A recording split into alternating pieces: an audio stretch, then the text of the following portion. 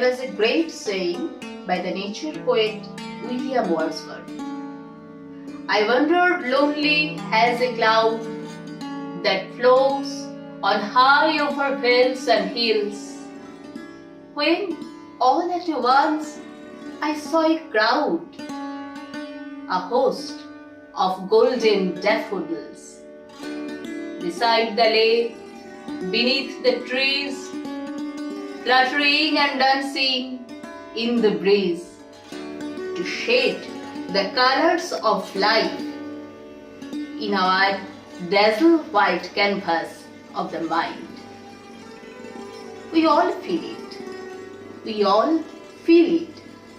But there are certain gifted women like that, The Last Leaf by O. Henry, to mesmerize us through their masterpiece that can enlighten the path of love, hope, and creation.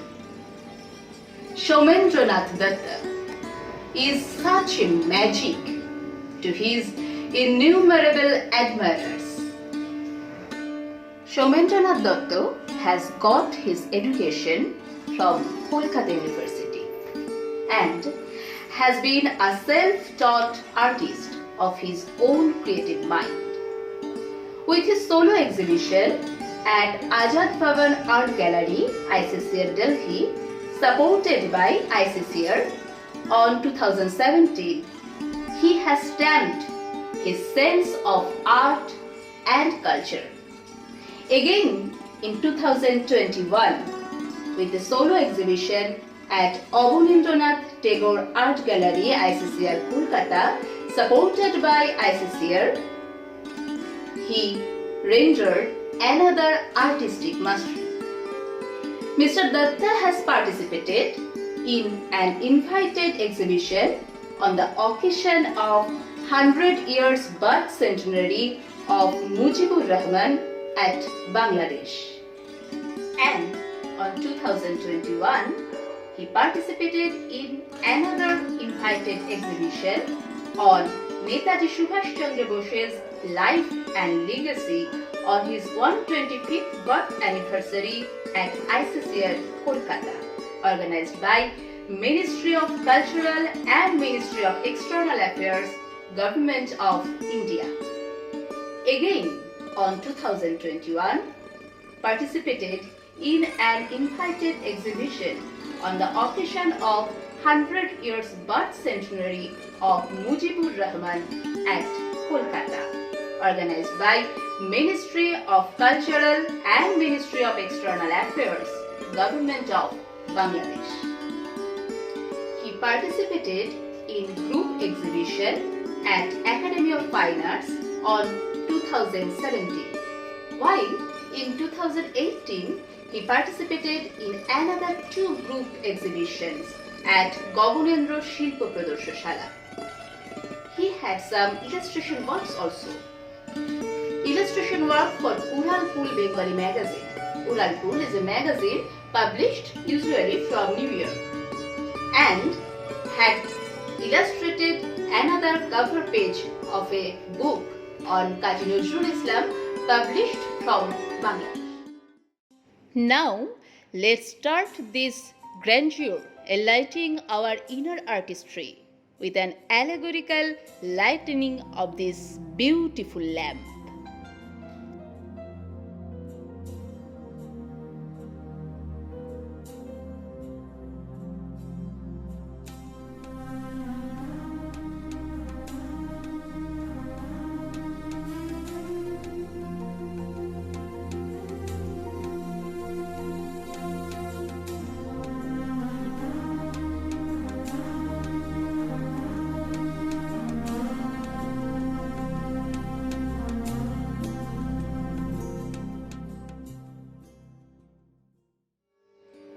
Now it's an honor to me to hand over to the artist himself for the description of today's artwork, Mr. Somendranath Datta.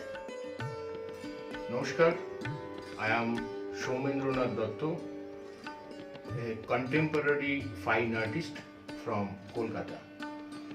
I'd like to thank ICCR for giving me such a opportunity for this virtual art exhibition.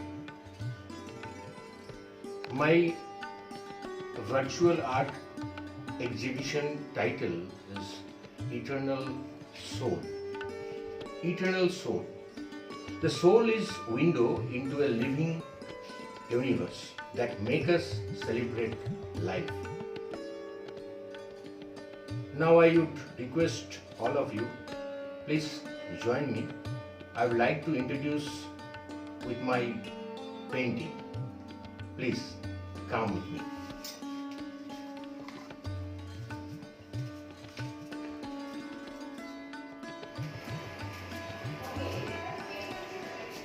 এটা আমার একটা studio.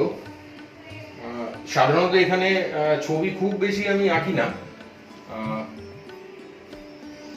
এখানে যে দুটো ছবি আছে আমি পরে ওটার ইন্ট্রোডাকশন করে দেবো। এবার আসুন আমরা নক্ষত্রপুঞ্জে প্রবেশ করি। এখানে রয়েছে বাংলার সেই সব কৃতি সন্তান যারা বাংলাকে শুধু নয় সারা ভারতবর্ষকে বিশ্বের দরবারে শ্রেষ্ঠ করে তুলেছে।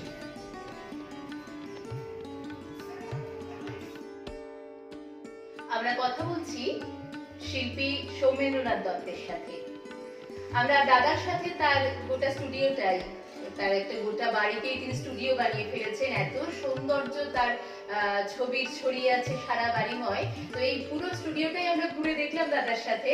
সেখানে আমরা অনেক রকম ছবি দেখতে পেয়েছি। দাদার কাছে আমার জিজ্ঞাসা যে গোটা স্টুডিওতে আমরা যে ছবিগুলো দেখেছি, ল্যান্ডস্কেপ, কিছু স্টিল লাইফ বা কিছু আধ্যাত্মিক ধারণা, ধ্যান ধারণার উপরেও ছবি রয়েছে, কিন্তু এই ছবিটি আমি একটু জানতে চাই দাদার কাছে যে এই ছবিটির ধারণাটি কি, মানে এর ভেতরের কোন কনসেপ্ট থেকে এটা এসেছে? এটা একদম আলাদা লাগছে। অ্যাকচুয়ালি সুস্মিতা, এটা ঠিক কথা যে আমি অধিকাংশ সময় ছবি আঁকি সাধারণত ল্যান্ডস্কেপ, পোর্ট্রেট, এবং আমার ছবিগুলোর বেসিক মূল ভাবনা যেটা থাকে সেটা হলো যে ভারতীয় আধ্যাত্মবাদ। আমি তার থেকে একটু ডিফারেন্ট ছবি এটা এঁকেছি। এটা অ্যাকচুয়ালি একটা ফোক আর্ট, এটা মধুবনী আর্ট। তো অ্যাকচুয়ালি লোকশিল্প তো আমাদের একদম রূপ। তো কোথাও আমাদের সভ্যতা এবং আমাদের সংস্কৃতি যেভাবেই বেড়ে উঠুক না কেন, লোকশিল্পকে বাদ দিয়ে সেটা সম্ভব না। তো আমি এই ছবিটার মধ্যে লোকশিল্পকে কন্টেম্পোরারি করেছি, মানে এই সময়ের সঙ্গে করেছি। এই ছবিটা যদি জুম করে তাহলে দেখবে এই ছবিগুলোর ভিতরে কিছু ছোট ছোট কাজ আছে। বেসিক্যালি এই ধরনের এই মধুবনী আর্ট বা এই লোকশিল্পের এত সূক্ষ্ম কাজকর্ম থাকে না। তো আমি ভেবেছিলাম যে আস্তে আস্তে যদি এই প্রজন্মের কাছে লোকশিল্পকে একটু বেশি প্রসারিত এবং প্রচারিত করতে হয়, তাহলে একটু আধুনিকতার ছোঁয়া হয়তো দিলে ভালো হতে পারে। এটা আমার একটা প্রচেষ্টা মাত্র। তো এই ভার্চুয়াল এক্সিবিশনে আমি এই ছবিটাকে সচেতনভাবেই রেখেছি। সারা ভারতবর্ষ জুড়ে বা এই পুরো বাংলায় যারাই দেখবেন, নতুন প্রজন্মের যারাই দেখবেন, তারা অন্তত আমাদের যে লোকশিল্প সেটাকে একটু নতুন করে যদি ভাবেন, তাহলে আমাদের শিল্পের জন্য খুব ভালো। এই ছবিটার টাইটেল হলো ঝংকার। এই ছবিটার মিডিয়াম পেন্সিল অন পেপার, আর ছবিটার সাইজ হলো 14 ইঞ্চি বাই 20 ইঞ্চি। এটা বিখ্যাত নৃত্যশিল্পী উদয় শঙ্কর, একজন বাঙালি ছিলেন। নৃত্যকে সারা বিশ্বের দরবারে সুপ্রতিষ্ঠিত করেছিলেন। পরবর্তী সময়ে নৃত্য নিয়ে তার যে পরীক্ষা নিরীক্ষা, তা পরবর্তী প্রজন্মের নৃত্যে প্রতিফলিত হয় প্রতিনিয়ত।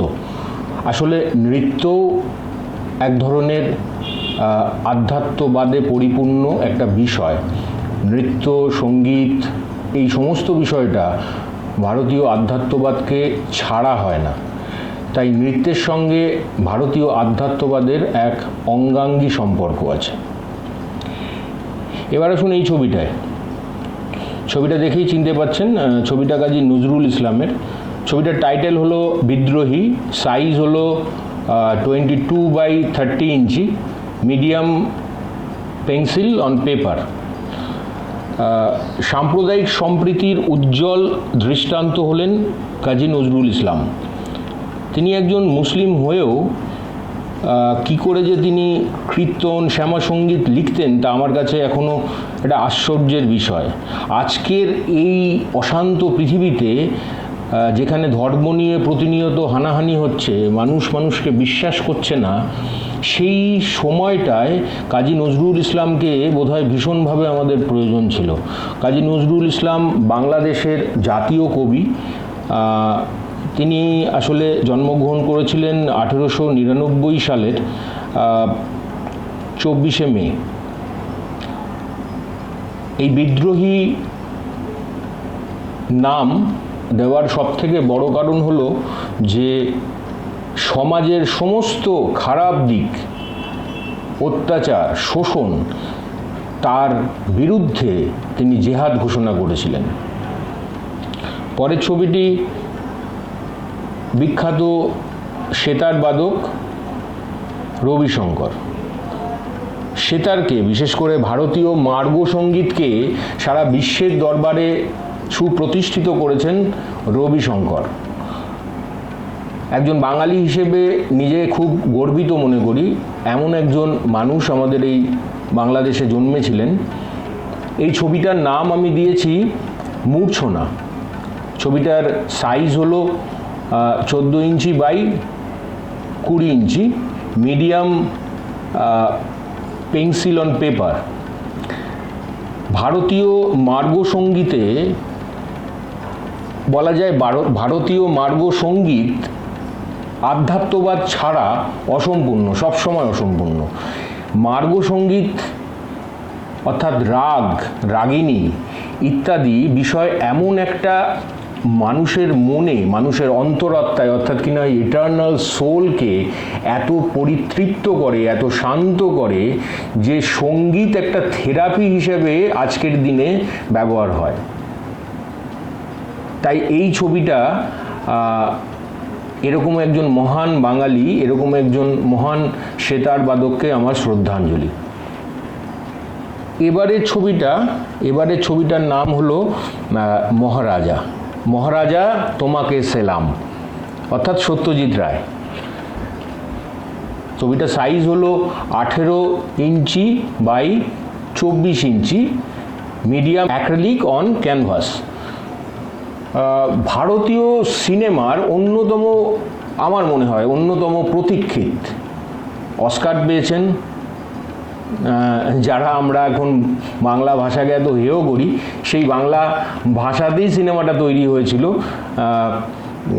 পথের পাঁচালী। ভারতীয় সিনেমাকে বিশ্বের দরবারে পৌঁছে দিয়েছিলেন যে বাঙালি, তিনি হলেন সত্যজিৎ রায়। এই ছবিটি সত্যজিৎ রায়ের জন্মশতবর্ষে আমার শ্রদ্ধাঞ্জলি। পরের ছবিটি হলো নেতাজি সুভাষচন্দ্র বোস। এবছর নেতাজি সুভাষচন্দ্র বোসের 125তম জন্ম শতবর্ষ চলছে। ছবিটা নাম আমি দিয়েছি ইনকলাব। ছবিটার size 18 inch by 24 inch, medium acrylic on canvas. এটা সবার জানা যে ভারতবর্ষের স্বাধীনতা সংগ্রামে সুভাষচন্দ্র বোসের অবদান বলে শেষ করা যাবে না। সশস্ত্র বিপ্লবের পক্ষে ভারতবর্ষকে স্বাধীন করার দায়িত্ব নিয়ে এগিয়ে গেছিলেন, কিন্তু তার মৃত্যু কিভাবে হয়েছিল আমরা জানি না। আমরা আজও বাঙালিরা, ভারতবাসীরাও অপেক্ষায় থাকি যে হয়তো একদিন তিনি তার ওই সামরিক বেশে ফিরে আসবেন। আজকের এই বর্তমান ভারতবর্ষে তার মতো একজন যোদ্ধা, তার মতো একজন দেশপ্রেমিক, তার মতন একজন রাজনীতিবিদের ভীষণ প্রয়োজন। এবারের ছবি শক্তি রূপেণ, size 30 inch by 36 inch, medium acrylic on canvas. ছবিটা দেখে বুঝতে পারছেন যে ছবিটির গায়ে বিভিন্ন জায়গাতে আমি টার্গেট চিহ্ন এঁকেছি এবং বিভিন্ন রকমের বুলেট এঁকেছি। আসলে আমরা মনে করি নারী হলো শক্তির আধার, সৃষ্টির মূল কাণ্ডারী। মা কালী, মা দুর্গাকে আমাদের সমাজ মাতৃরূপে পূজা করেন। আবার এই সমাজের হাতে মেয়েরা আজও লাঞ্ছিত হয়ে চলেছে, বিভিন্ন রকমভাবে বিভিন্নভাবে লাঞ্ছিত হয়ে চলেছেন। কখনো ধর্ষণ, কখনো কন্যা ভ্রূণ হত্যা, কখনো পণের জন্য মেয়েরা সব সময় অত্যাচারিত, এই 2021 সালেও। তাই যত রকমের এই অত্যাচার সমাজের, যত রকমের শারীরিক লাঞ্ছনা, মানসিক লাঞ্ছনা যাই হোক না কেন, টার্গেট সবসময় মেয়েরা। কিন্তু আমি মনে করি একজন আর্টিস্ট হিসেবে, শিল্পী হিসেবে, মা কালী যেভাবে অসুরদের বধ করেছিলেন, ঠিক সেইভাবেই একদিন আমাদের এই সমাজে মেয়েরা জেগে উঠবে এবং সেই মেয়েদের হাতে এই সমাজের যত অশুভ শক্তি, এই অত্যাচার, এই লাঞ্ছনা মুক্তি ঘটবে। এবারের যে ছবিটা আপনাদেরকে দেখাবো সেটার টাইটেল হলো অবধূত, আর সাইজ হলো 14 বাই 20 ইঞ্চিস, আর এর মিডিয়াম হলো ওয়াটার কালার অন পেপার। অবধূত অর্থাৎ যাকে আমরা ভারতীয় সন্ন্যাসীকেই আমরা এখানে দেখিয়েছি, এবং এই সন্ন্যাসীরাই আসলে ভারতীয় আধ্যাত্মবাদের ধারক এবং বাহক। দীর্ঘ সময় ধরে সেই প্রাচীন কাল থেকে আজকে পর্যন্ত এই সমস্ত সন্ন্যাসীরাই ভারতের এই আধ্যাত্মবাদকে আস্তে আস্তে আমাদের সমাজে, আমাদের পরবর্তী প্রজন্মের মধ্যে সঞ্চারিত করছে। এবারের যে ছবিটা আপনাদের দেখাবো, এই ছবিটার মিডিয়াম হলো ওয়াটার কালার অন পেপার। এর টাইটেল আমি বলেছি নিঃসঙ্গ। সাইজ হলো 22 ইঞ্চি বাই 30 ইঞ্চি। এই ছবিটা আসলে একটা জাহাজের ছবি। দীর্ঘদিন ধরে এই জাহাজটাই সমুদ্রের বিভিন্ন অংশে গিয়ে মাছ ধরেছে, অনেকগুলো মানুষের সংসার প্রতিপালনে সাহায্য করেছে। আজকে যখন এই জাহাজটা অকেজো হয়ে গেছে, তখন নিঃসঙ্গ অবস্থায় বালুকা তটে অপেক্ষা করছে মৃত্যুর। তাই এটার নাম দিয়েছি আমি নিঃসঙ্গ। এর পরের ছবিটাও একটা ওয়াটার কালারের ছবি। এর সাইজ হলো 14 বাই 20 ইঞ্চি। এর টাইটেল আমি দিয়েছি দোসর, অর্থাৎ দুটো নৌকা পরপর তীরে অপেক্ষায় আছে, একসঙ্গে দীর্ঘদিনের গল্প করছে, বন্ধুত্বের গল্প, ভালোবাসার গল্প। আসলে ভালোবাসা এবং বন্ধুত্ব এর মাঝেও তো সেই ইটারনাল সোল, অর্থাৎ নিজের অন্তরাত্মা কোথাও কাজ করে। তো সেটাকেই আমি এই দুটো ছবির মধ্যে দেখাতে চেয়েছি। এর পরের ছবিটা আমার কাছে খুবই একটা গুরুত্বপূর্ণ ছবি। ছবিটা আমি এঁকেছি ওয়াটার কালারে, হ্যান্ডমেড পেপারে। ছবিটার সাইজ হলো 22 বাই 30 ইঞ্চি। ছবিটার নাম দিয়েছি আমি রূপসাগর। ভারতীয় আধ্যাত্মিকতার অন্যতম পথপ্রদর্শক রামকৃষ্ণদেব, তিনি শিখেছেন মানুষের মধ্যেই ঈশ্বরের অধিষ্ঠান। বাংলার নবজাগরণে তার অনেক ভূমিকা ছিল এবং সেই কারণে এই ছবিটায় কোথাও আমি আমার নিজের যে অন্তরাত্মা, আধ্যাত্মবাদের প্রতি আমার যে বিশ্বাস, সেটাকে দিয়েই এই ছবিটা আঁকা। এবং রামকৃষ্ণ দেব যে দক্ষিণেশ্বরের কালী মন্দিরে যে আধ্যাত্মবাদের সূচনা করেছিলেন, তা পরবর্তী সময়ে সমস্ত ভারতবর্ষ তথা সারা বিশ্বে সঞ্চারিত হয়েছিল তার সুযোগ্য শিষ্য বিবেকানন্দের মাধ্যমে। এর পরের ছবিটা হলো হঠাৎ দেখা। একটা রবীন্দ্রনাথের কবিতা থেকে আমি খুব ইন্সপিরেশন পেয়েছিলাম। কবিতাটার নাম ছিল হঠাৎ দেখা, রেলগাড়ির কামরায় হঠাৎ দেখা। এছাড়াও পরবর্তী সময়ে একটা হিন্দি কবিতা আমি শুনেছিলাম, যে কবিতাটা ছিল হর ট্রেন মে কুছ তো ঘরওয়ালি বাত হ্যায়। তো এই দুটো কবিতা থেকে আমি ইন্সপায়ার হয়ে এই ট্রেনের ছবিটা এঁকেছিলাম। এই ছবিটা আমি এঁকেছি ওয়াটার কালারে। এর সাইজ হলো 22x30 ইঞ্চি। এর পরের ছবিটা হলো সমাহিত। এই ছবিটার সাইজ হলো 24x30 ইঞ্চি। এঁকেছি আমি অ্যাক্রেলিকে ক্যানভাসে। ছবিটার মধ্যে আমি গৌতম বুদ্ধ এবং বিবেকানন্দকে একসাথে দেখানোর চেষ্টা করেছি। গৌতম বুদ্ধ এবং বিবেকানন্দ ভারতীয় আধ্যাত্মবাদকে বিশ্বের দরবারে নিয়ে গিয়েছিলেন। দুজনেই শান্তির কথা প্রচার করেছেন, মানুষের কথা বলেছেন। এবং আজকের সময়ে এটা ভীষণ রকমের সঠিক সময় যে স্বামী বিবেকানন্দ এবং ভগবান বুদ্ধের যে বাণী, সেটা সারা পৃথিবী জুড়ে আবার প্রত্যেকটা মানুষকে নতুন করে নিজের মধ্যে আত্মস্থ করার দিন এসেছে। এবং এই দুজন মহাপুরুষও ওই নিজেদের ইটার্নাল সোল অর্থাৎ অন্তরাত্মাকে জাগানোর কথা বলেছেন। এর পরের ছবিটি হলো সারথি।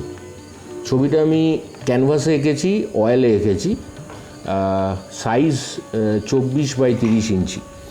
আলিপুর জেলে, আলিপুর বোমা মামলায় যখন অভিযুক্ত ছিলেন শ্রী অরবিন্দ, তখন আলিপুর জেলে থাকাকালীন তার শ্রীকৃষ্ণের দর্শন হয় এবং তখন থেকেই তার অন্তর আত্মার পরিবর্তন হতে শুরু করে। তিনি সশস্ত্র বিপ্লব থেকে আস্তে আস্তে সরে একদম আধ্যাত্ম জীবনের মধ্যে সমাহিত হয়ে যান এবং পরবর্তী সময়ে তার আধ্যাত্মবাদ সারা পৃথিবী জুড়ে ছড়িয়ে পড়ে এবং পণ্ডিচেরিতে তিনি তার আশ্রম তৈরি করেন।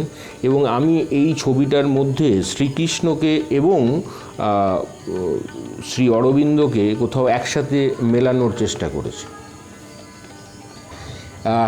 এবারে যে ছবিটার কথা বলবো, সেই ছবিটার নাম আমি দিয়েছি নির্ভয়।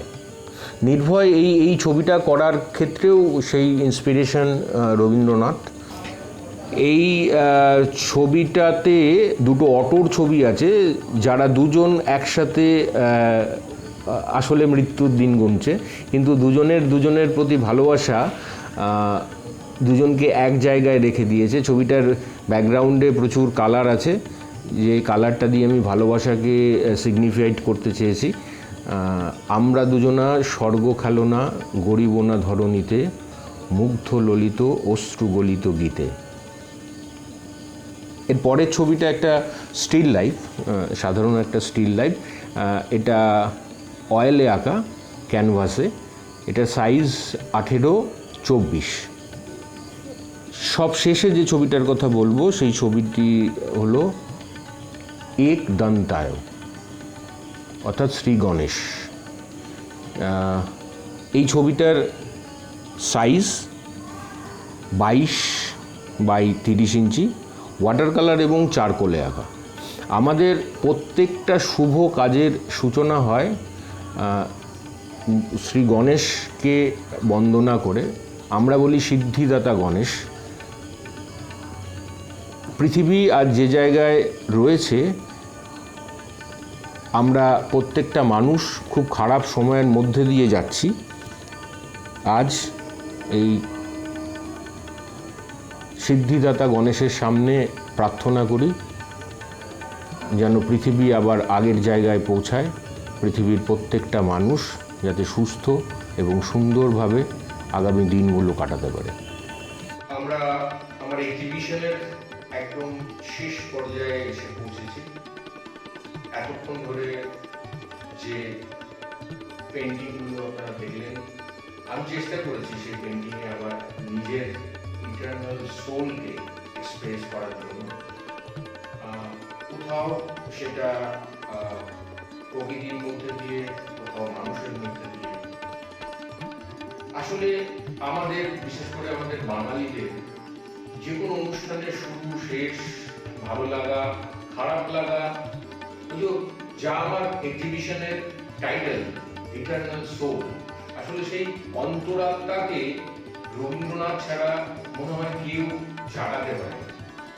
তাই এই মহামারীর সময়ে সারা পৃথিবী যখন অসুস্থ, পৃথিবীর মানুষ ভীষণ কষ্টে আছে, সেই সময় আমাদের শিল্পীরাও ভীষণ কষ্টে আছে, সেই সময় আইসিসিআর যে এই মহৎ এবং বিরাট কাজ শিল্পীদের জন্য করলেন, সেই জন্য আমি সৌমেন্দ্রনাথ দত্ত তাদেরকে আবারও ধন্যবাদ জানাই আমার হৃদয় থেকে।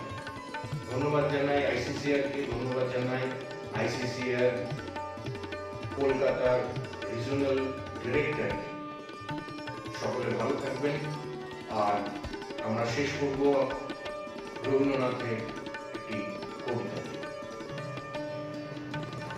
চিত্ত যেথা ভয় শূন্য, উচ্চ যেথা শির, জ্ঞান যেথা মুক্ত, যেথা গৃহের প্রাচীর। আপন প্রাঙ্গণ তলে দিবস সর্বরি, বসুধারে রাখে নাই খণ্ড ক্ষুদ্র করি। যেথা বাক্য হৃদয়ে উৎস মুখ হতে উচ্ছ্বসিয়া ওঠে, যেথা নির্বারিত স্রোতে দেশে দেশে দিশে দিশে কর্মধারা ধায় অজস্র সহস্র বিধ চরিতার্থতায়। যেথা তুচ্ছ আচারের মরু বালি রাশি, বিচারের স্রোত পথ ফেরে নাহি গ্রাসী। পৌরুষেরে করেনি শতধা, নিত্য যেথা তুমি সর্বকর্ম চিন্তা আনন্দের নেতা। নিজ হস্তে নির্দয় আঘাত পরিপিত, ভারতের সেই স্বর্গে পর জাগরিত।